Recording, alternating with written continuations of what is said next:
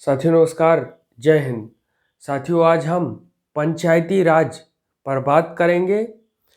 पूज्य बापू महात्मा गांधी जी ने कहा कि भारत की आत्मा गांव में बसती है। तो पंचायती राज और हमारे गांव का महत्व कितना है, आज इस पर ही राजनैतिक व्यवस्थाओं में हमारे पंचायत की क्या अहम भूमिका है, आज इसी पर बात करेंगे। सबसे पहले हम पंचायती राज के विषय में जानने का प्रयास करेंगे। तो ग्राम मानवीय सभ्यता का प्रथम मौलिक प्रतीक है। कृषि जीवन जो मनुष्य के अस्थायी जीवन का आधार बना, ग्राम के विकास का कारण भी है। भारत ग्रामों का देश है, यानी भारत गांव का देश है और भारत की आत्मा गांव में बसती है।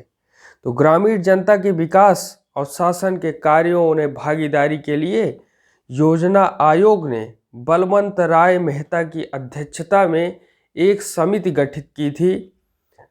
समिति ने स्थानीय स्वशासन की संस्थाओं को नए ढंग से गठित करने का सुझाव दिया, जिसे हम पंचायती राज योजना के नाम से जानते हैं।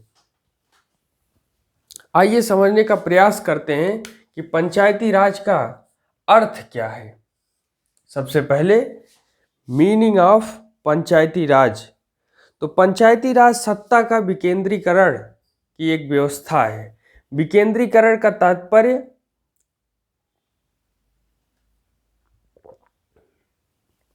जब शक्तियां एक जगह स्थिर न रह करके अलग अलग रूपों में अलग अलग सिस्टम के तहत विभाजित कर दी जाती हैं, तो वही शक्ति का विकेंद्रीकरण होता है। और पंचायती राज सत्ता का विकेंद्रीकरण की एक व्यवस्था है। इस व्यवस्था में आम आदमी के द्वारा अपने ग्राम स्तर पर कल्याणकारी योजनाओं के निर्माण और क्रियान्वयन में भाग लेना होता है। पंचायती राज का अभिप्राय गांव पंचायतों, पंचायत समितियों तथा जिला परिषदों के उन संगठनों से है जो राज्य सरकारों की सलाहकार व सहयोगी संस्थाओं के रूप में कार्य करें। एक दूसरा मत बहुत प्रचलित है कि पंचायती राज का अभिप्राय मुख्य रूप से गांव पंचायतों तथा जिला परिषदों द्वारा अपने अपने स्तर पर स्वयं एक सरकार के रूप में कार्य करना व गौण रूप से राज्य सरकार की सहायता देना, यह जो है पंचायती राज। एक जयप्रकाश नारायण जी ने बहुत ही उत्तम मत दिया है कि जयप्रकाश नारायण के अनुसार दूसरा मत ही पंचायती राज की प्रकृति को सही रूप में प्रस्तुत करता है। और पंचायती राज की अवधारणा महात्मा गांधी की इस धारणा से जुड़ी है कि राष्ट्र के सामाजिक आर्थिक पुनर्निर्माण की योजना नीचे से आरंभ होनी चाहिए। इसका अभिप्राय यह है कि विकास की योजनाएं देश की आवश्यकताओं व नीतियों को स्वरूप जनसामान्य द्वारा निर्धारित किया जाए तथा सरकार उसी के अनुकूल कार्य करे। यही नीचे से ऊपर की ओर होने वाले ग्रामीण योजना है। तो महात्मा गांधी ने जो बात हमें बताई कि जन सामान्य द्वारा निर्धारित किया जाए और जन कल्याण और जन योजनाएं नीचे से जो है बने, ग्रामीण योजना बने, इसकी बात पूज्य बापू करते हैं। जयप्रकाश नारायण के अनुसार पंचायती राज का आरंभ एक ऐसे प्राथमिक समुदाय से होता है जो साथ साथ रहने वाले, साथ साथ कार्य करने वाले, सहयोगी आधार पर व्यवस्था करने वाले, कठिनाई की स्थिति में दूसरे समुदायों में सहयोग करने वाले परिवार का एक संगठन है। इस प्रकार अनेक समुदायों को सहयोगी आधार पर बनाकर वृहत संगठन ही पंचायती राज है। और जयप्रकाश नारायण ने जो राजनीतिक व्यवस्था कायम करने की एक विचार दिया था, वह भी सबसे पहली कड़ी में पंचायती राज को ही अपना अहम मानता है। तो ऐसी स्थिति में बलवंत राय मेहता समिति ने पंचायती राज व्यवस्था को जिस रूप में संगठित करने की योजना बनाई, उनके अनुसार यह 3 स्तरीय व्यवस्था है। इसको हम 3 टायर सिस्टम कहते हैं। पहला ये है गांव स्तर पंचायत, दूसरा है प्रखंड स्तर पंचायत समिति, तीसरा है जिला स्तर पर जिला परिषद। ये तीनों एक दूसरे से जुड़े हुए हैं। इनका कार्य संयुक्त रूप से कृषि, उद्योग, मातृत्व व बाल कल्याण, स्वच्छता व सफाई, परिवहन व संचार तथा आर्थिक विकास के संदर्भ में प्रयत्न करना है।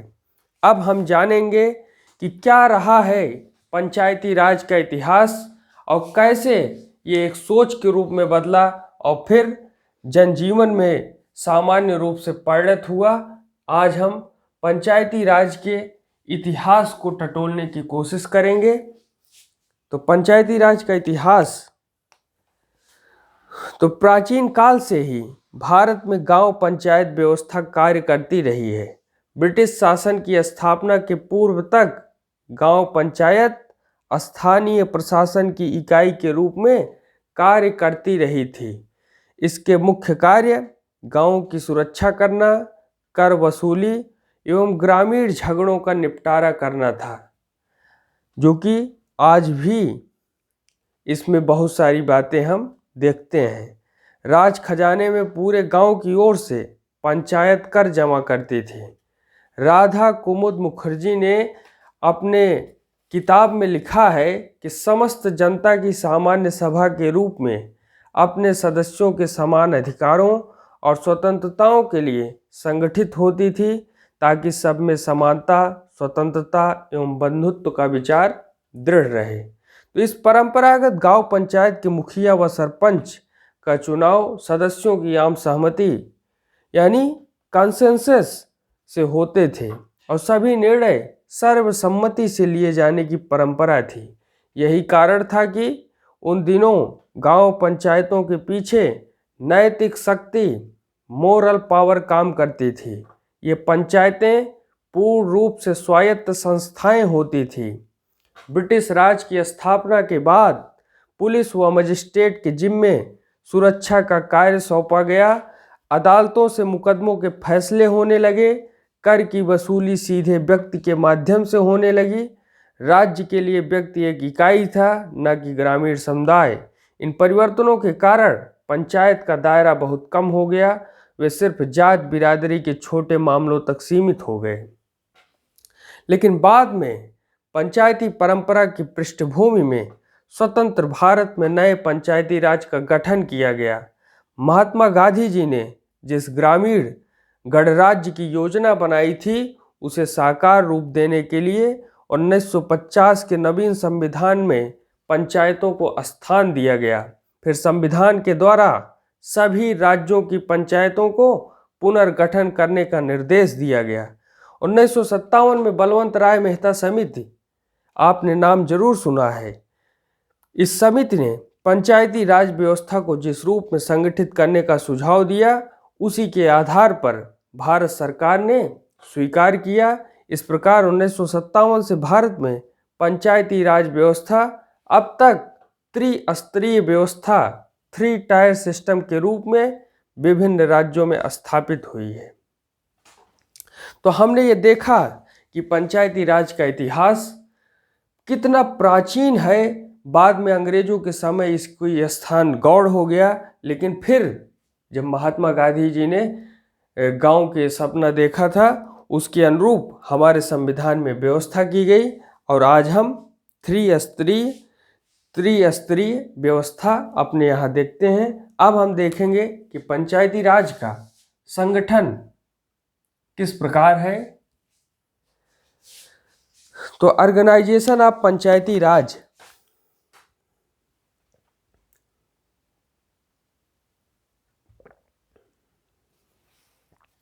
भारत में त्रिस्तरीय पंचायती राज कानून सर्वप्रथम कहाँ पास किया गया? राजस्थान में और आंध्र प्रदेश में, और उसके बाद पंजाब, महाराष्ट्र, गुजरात और अन्य राज्यों में इसे लागू कर दिया गया। तो बिहार में स्वतंत्रता प्राप्ति के बाद 1947 में बिहार पंचायती राज कानून पास हुआ। 1949 में इसका गठन हुआ। बलवंत राय मेहता समिति के सुझाव के आधार पर 1961 में संशोधित बिहार पंचायती राज कानून पास हुआ और 1963 से पंचायतों का पुनर्गठन आरंभ हुआ, जो 1980 तक पूरा हुआ। तो बिहार में त्रिस्तरीय पंचायती राज व्यवस्था लागू है। प्रथम ग्रामीण स्तर पर ग्राम पंचायत, द्वितीय प्रखंड स्तर पर पंचायत समिति और तृतीय स्तर पर जिला परिषद। इन तीनों स्तरों में ग्राम स्तर मौलिक इकाई है और इस स्तर पर जो व्यवस्था है उसी को हम ग्राम पंचायत कहते हैं। तो इसका संगठन अगर हम देखें तो ये इसका जो संगठन है वो इसमें ये सारी बातें आती हैं। ग्राम सभा, इसके अंतर्गत संगठन, मुखिया, बैठकें और फिर शक्तियाँ, तो ये बातें हम देखते हैं। फिर हम कार्यकारिणी समिति में देखते हैं, यहाँ पर भी संगठन होता है, उप मुखिया होता है और उनके कुछ दायित्व होते हैं। ग्राम कचहरी में देखते हैं, यहाँ संगठन होता है, अधिकार होते हैं और कार्यविधियाँ होती हैं। और ग्राम सेवक में ग्राम रक्षा दल यानी एक सुरक्षा इकाई के रूप में कार्य करता है। तो ग्राम सभा में संगठन में प्रत्येक गांव में ग्राम सभा की स्थापना होती है। तो यदि किसी गांव में निर्धारित आबादी नहीं हो तो वहां दूसरे गांव को मिला दिया जाता है। और गांव का प्रत्येक जो है 18 वर्ष की उम्र का जो हो जाता है वो उन सबको वोट देने का अधिकार भी मिल जाता है। तो मुखिया जो है ग्राम सभा का प्रधान मुखिया होता है, जिसका चुनाव वहाँ के सदस्य गुप्त मतदान प्रणाली द्वारा करते हैं और इनका कार्यकाल 5 वर्षों का होता है। बैठकें किस प्रकार होती हैं आप सभी जानते हैं कि ग्राम सभा की बैठकें कम से कम साल में 2 बार बुलाना आवश्यक होता है। यह कहीं सरकारी विद्यालय पर या कार्यक्रम जहां आयोजित किए जाए, इन बैठकों की व्यवस्था मुखिया करता है और इसमें आय व्यय का अनुमान व हिसाब किताब पर विचार होता है। कितना पैसा आया, कितना जन कल्याण में लगा, कौन कौन सी ऐसी नीतियां रही जिससे जो है जनजीवन प्रभावित हुआ, कितने लोगों को जो है क्या क्या कार्य किया गया, इन सब पर जो है विचार होता है। शक्तियां उनको प्रदान होती हैं। ग्राम सभा मुखिया, उप मुखिया ग्राम पंचायत की कार्यकारिणी समिति का चुनाव करती है। तो ग्राम सभा जो है अनेक बातों पर विचार करता है। फिर हम बात करें कार्यकारिणी समिति की, तो इसमें जो है संगठन में 9 सदस्य होते हैं। 4 का चुनाव ग्राम सभा के सदस्यों द्वारा और 4 सदस्य मुखिया द्वारा मनोनीत किए जाते हैं। उप मुखिया कार्यकारिणी के 8 सदस्यों में से किसी एक को उप मुखिया चुना जाता है, जो मुखिया की अनुपस्थिति में कार्य करता है। दायित्व तो क्या है कार्यकारिणी समिति का कि ग्राम सभा के निर्णयों को कार्यान्वित करना, कार्यक्रमों पर विचार करना एवं ग्राम पंचायत की नीतियों का निर्धारण करना। अब ग्राम कचहरी यह भी जो है बहुत, तो संगठन क्या है, ग्राम कचहरी के सदस्य को पंच और तथा इसके प्रधान को सरपंच कहा जाता है। सरपंच का चुनाव गुप्त मतदान से होता है। 4 पंच ग्राम पंचायतों के सदस्यों द्वारा चुने जाते हैं। शेष 4 कार्यपालिका समिति द्वारा मनोनीत किए जाते हैं। इनका अधिकार यह है कि ग्राम कचहरी ग्राम पंचायत की एक न्यायिक संस्था है, जिसे फौजदारी व दीवानी दोनों की तरह फैसला करने का अधिकार है। ये कहीं कहीं आज भी उसी तरीके रूप में है और कहीं कहीं जो है अब इस व्यवस्था को हम ना के बराबर देखते हैं। और ग्राम सेवक संपर्क सूत्र का काम करना और ग्राम रक्षा दल जो है सुरक्षा इकाई के रूप में होती है, इसे जो है गठन होता है। तो इस हिसाब से इन सभी रूपों में पंचायत की व्यवस्थाओं को सुदृढ़ करने की बात होती है। आगे हम इस पर थोड़ा सा और बात करेंगे। आज इतना ही। धन्यवाद। जय हिंद।